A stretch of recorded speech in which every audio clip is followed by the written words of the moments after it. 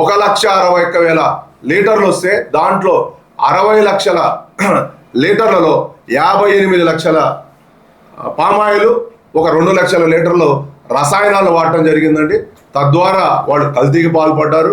కొన్ని కోట్లాది రూపాయలు చేతులు మారినాయి. ఏది ఎవరెవరి ద్వారా ఎక్కడ చేతులు మారినాయి ఏంటి మొత్తం అంతా సిట్ అంతా దాన్ని బయటికి పెట్టే ప్రయత్నంలో ఉంది.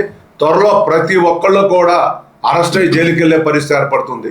ఇంకోటి, ఎప్పుడైతే గత 5 సంవత్సరాల్లో ఒక హిందువుని కాకుండా వేరే వ్యక్తులను ఎప్పుడైతే చైర్మన్లుగా నియమించారో వాళ్ళు కొండ మీద అన్యమత ప్రసారాలు చేయడం కూడా జరుగుతుంది. అదే కాకుండా ఆర్టీసీ బస్సు టిక్కెట్ల బ్యాక్ సైడ్ కూడా అన్యమత ప్రసారాలకు సంబంధించిన ముద్రలేసి తిప్పారు. దాంతోపాటు కొండ మీద అన్యమత ప్రచారాలు చేసే వాళ్ళకి వసతి ఏర్పాట్లు కూడా చేశారు. ఇవన్నీ కూడా రాష్ట్ర ప్రజలు, దేశ ప్రజలు, ప్రపంచంలో ఉన్న ప్రతి ఒక్క భక్తులు చూస్తూనే ఉన్నారు.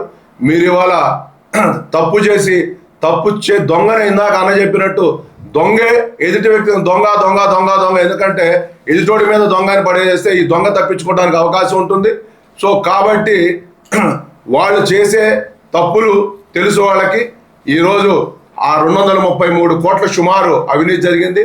ఆ డబ్బు తాడేపల్లి ప్యాలెస్లో ఉందా, బెంగళూరు ప్యాలెస్లో ఉందా, లేకపోతే వైసీపీ నాయకులు ఎవరెవరి దగ్గర ఉన్నాయనేది మొత్తం నిజాలు నిగ్గు తేలుస్తారు.